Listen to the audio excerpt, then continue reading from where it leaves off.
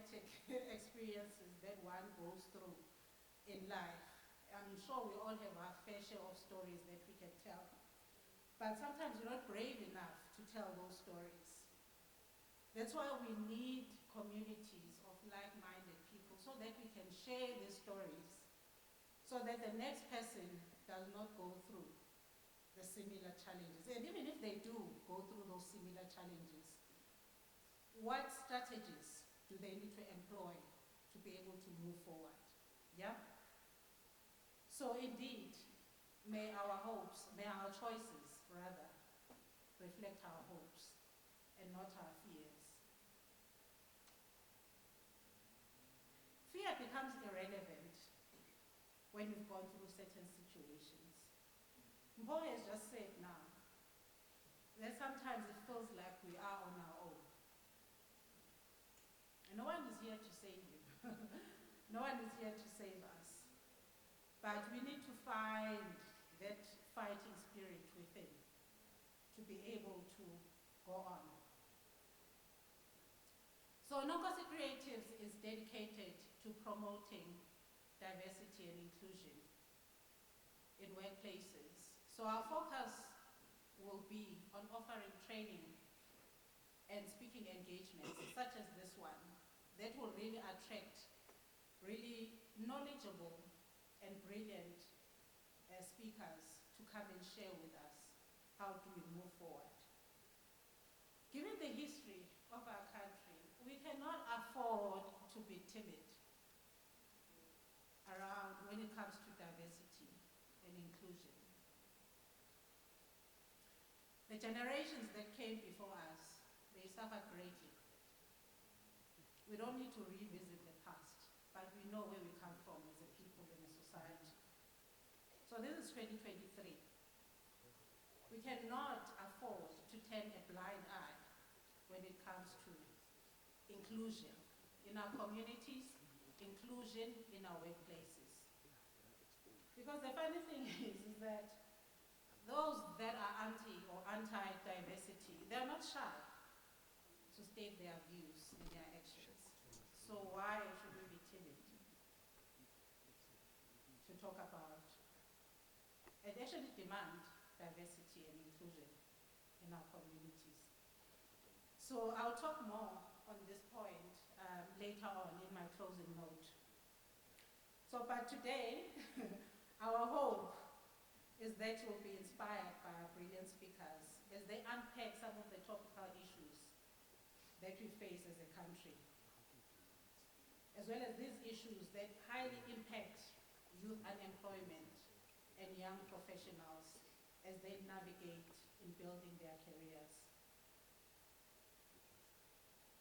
So it is also essential that we further investigate how we can embrace innovation. Innovation in a sense that how do we actually then embrace entrepreneurship as young people so that we are able to build legacies in the future and we are able also to create opportunities and create employment for others in the long run. Yes, starting off on your own is not the easiest thing. Anyone will tell you that. If you look at some of the successful people in business today, they started somewhere. They started from scratch, they started with nothing. So today is just to encourage each other to be brave and not to be shy, not to be timid, to put ourselves out there. Not everyone will warm up to what your ideas are all about.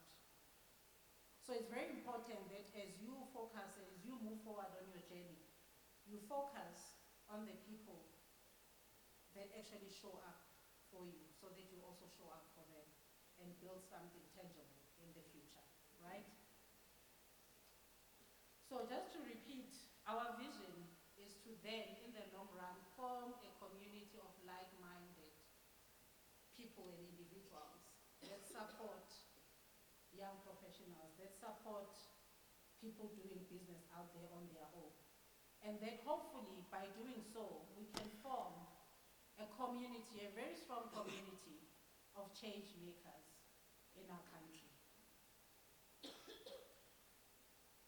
So, to kick off our agenda, because I can go on and on and on and talk about how we need to rise beyond. So, but before I talk about our agenda and the next item, which is actually our panel discussion that I will facilitate shortly, let me just talk about what it actually took for me, physically, mentally, spiritually, and all sorts of emotions that you can imagine. You know, coming out from the corporate space and actually then phoning people and say, hey, I've got this idea. And it's not like this idea has not been done before, right? And, you know, and I think the first person that I phoned was you, Mel. Thank you for being here. Mel is the HR director for EOH. I think this is the first person I phoned. I remember I was so stressed, I was coming from gym. And I said, Mel, this is what I'm thinking of doing. Can you speak when I have this event eventually? She said, yeah, sure, no problem. Anytime I will support you. Just because it's you, I will do it. You know what that did, Mel? It gave me so much confidence. Because these are the people that we look up to, right? I come from the HR space, so these are the people like Mel that we look up to in the HR industry. And when someone like that says that because it's you, I will do it, it just means that you are on the right track. Yes, it won't be easy. The journey won't be easy, but you need to keep pushing, because giving up is not an option. On doing anything, on achieving anything, you should never give up. So the next person that I spoke to is actually Dr. Frank Magweke from Gibbs. I actually met him once in class once. I did not know him from a Bauso. He did not know me from a Bauso. So I was in his lecture on personal mastery. And I was so touched. Actually, Dr. Max, that day, you left me in tears. Because a lot of what you covered, it forced me to do a whole lot of introspection. To actually look at myself. To actually look at some of the choices that I've made in my journey. Good, bad, and the ugly of it all. I had to actually look at those things and say, who is Pamela? Why is she here today? What has gone right? What has gone wrong? Yes, it's easy to blame people for all the things that happen to you, but you also need to take a mirror and look at what was my contribution in the story. So Dr. Frank, thank you for giving me a mirror in your class. And I said to him, can you please, I'm planning an event, I'm starting a business, can you come and speak at my event? Because I was so inspired, and I was like, I was so looking forward for other people to hear his message. And then the list goes on. And then there's a fellow friend of mine, Lily Leto. Thank you, Kelas. He's here. He will talk later. You'll hear what he has to say. And then as we started then building up the business, doing the marketing, doing all of that, and people started just showing up. And actually, about 90% of people in this room, I have never met them. I have never met them, you know. So some of you came from social media, you came from Instagram, you came from Facebook, you came from everywhere. Thank you for being here. So let us introduce our panel discussion. So I'm going to start off with you, Mel. Please do come on stage.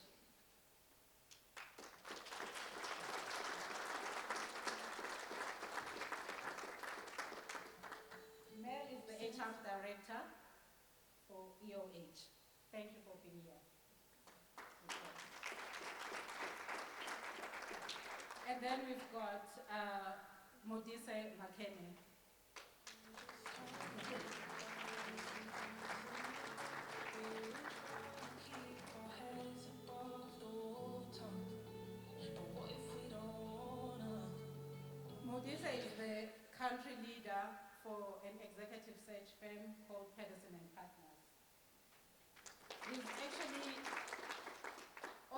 of the first people that I called on.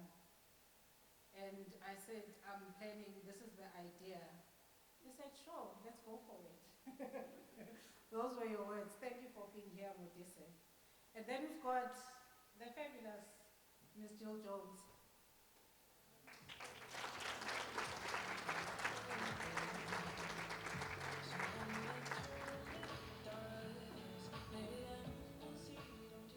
I refer to Jill as my soul sister. She has listened to all my stories, my cries and my tears and my venting and my anger and everything that you can imagine under the sun when it comes to emotions. Thank you for being here, Jill. Thank you, Pam. And then we've got Mbuso, whom I just actually recently met about, I think 2 weeks ago, Mbuso. Yes, it's amazing what social media does.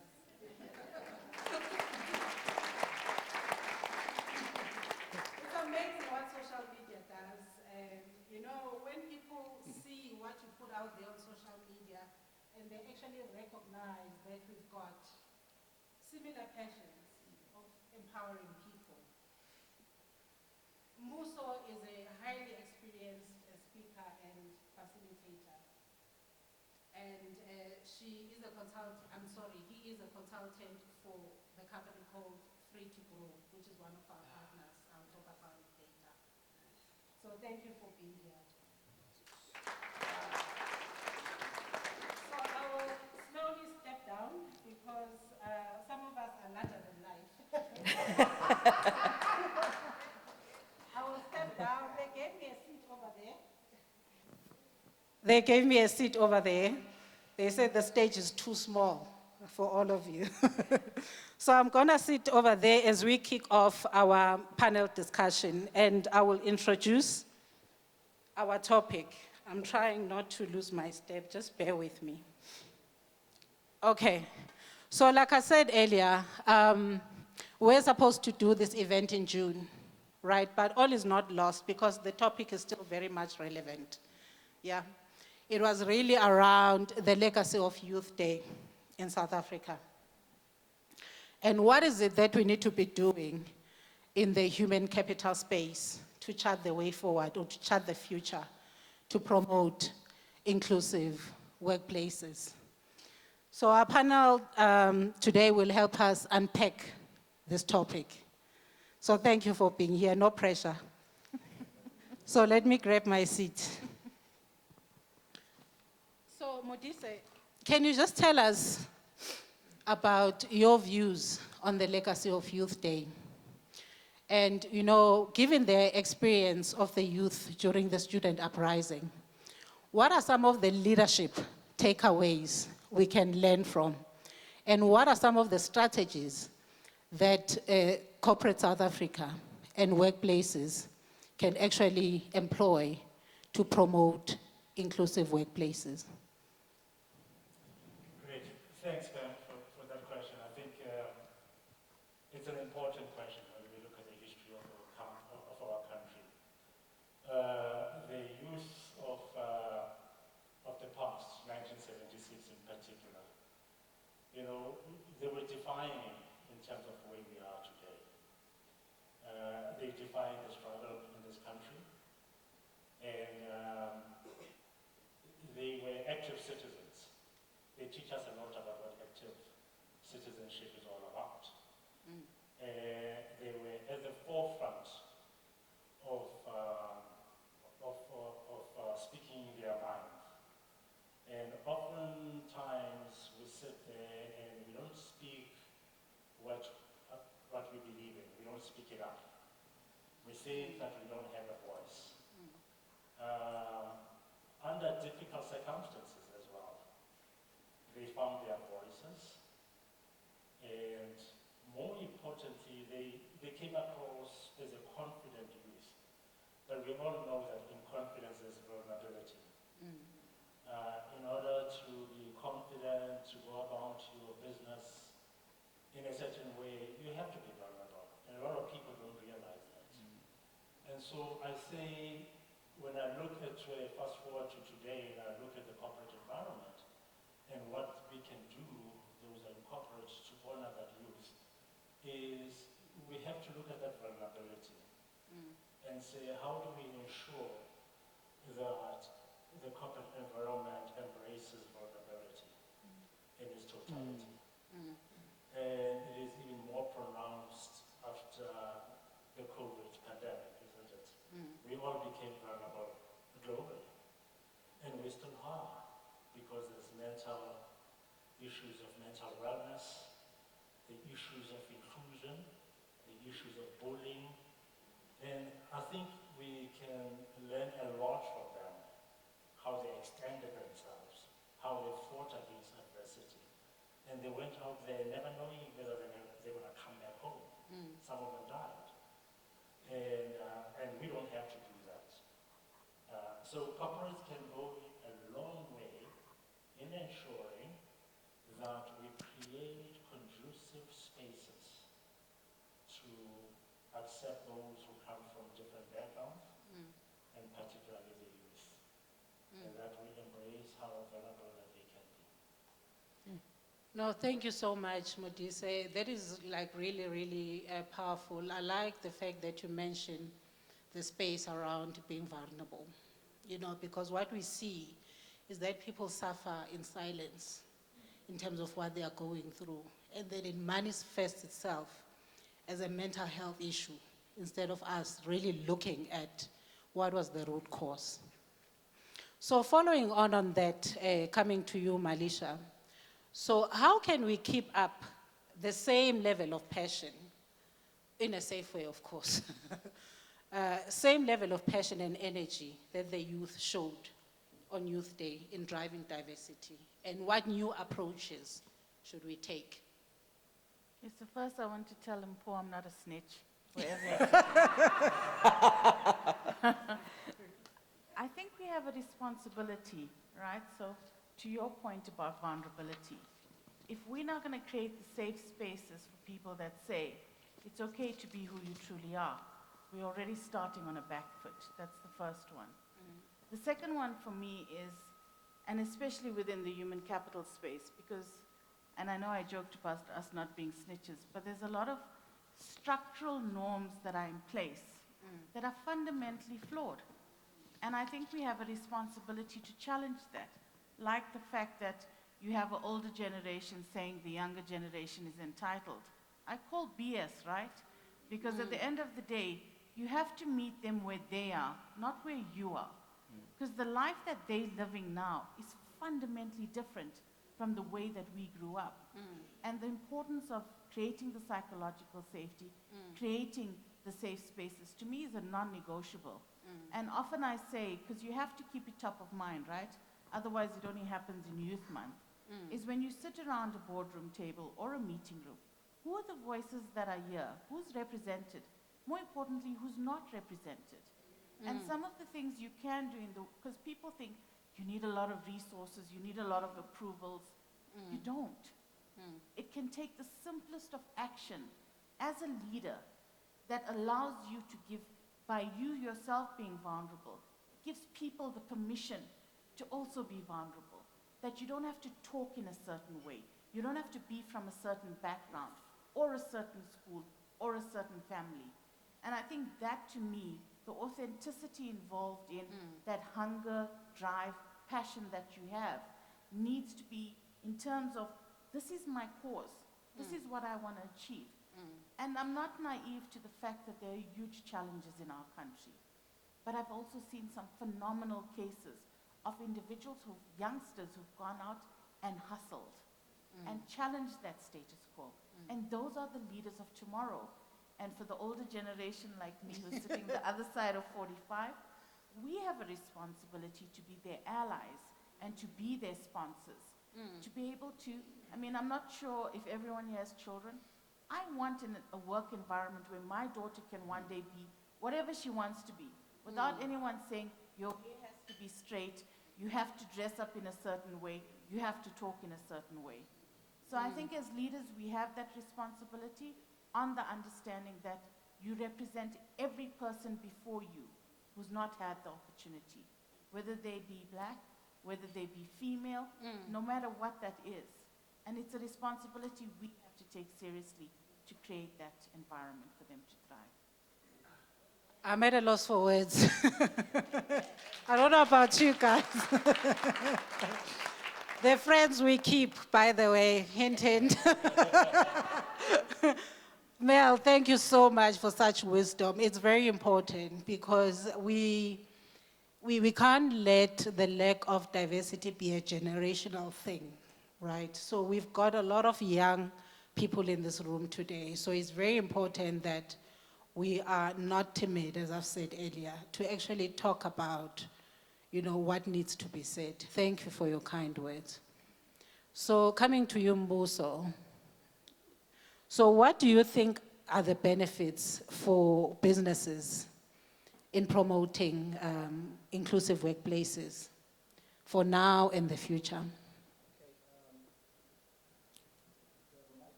Hello, thank you. Oh, wonderful. Yeah. Thank you so much. I'm just going to soak in the moment for a second. Good evening, guys.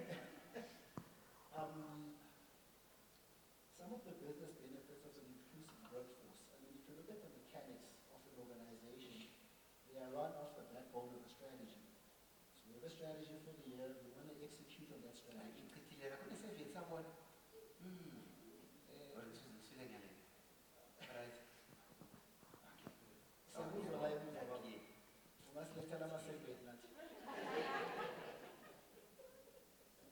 Dr. Max, you've got your mic on. All right.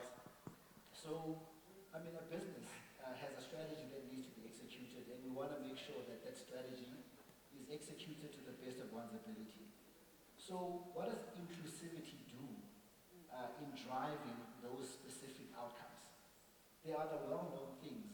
Number one, it definitely harnesses innovation. Secondly, it optimizes the quality of the decision making so that we have solutions that are a good fit for the context, where you take advantage of the collective thinking of all the generations that are in an organization.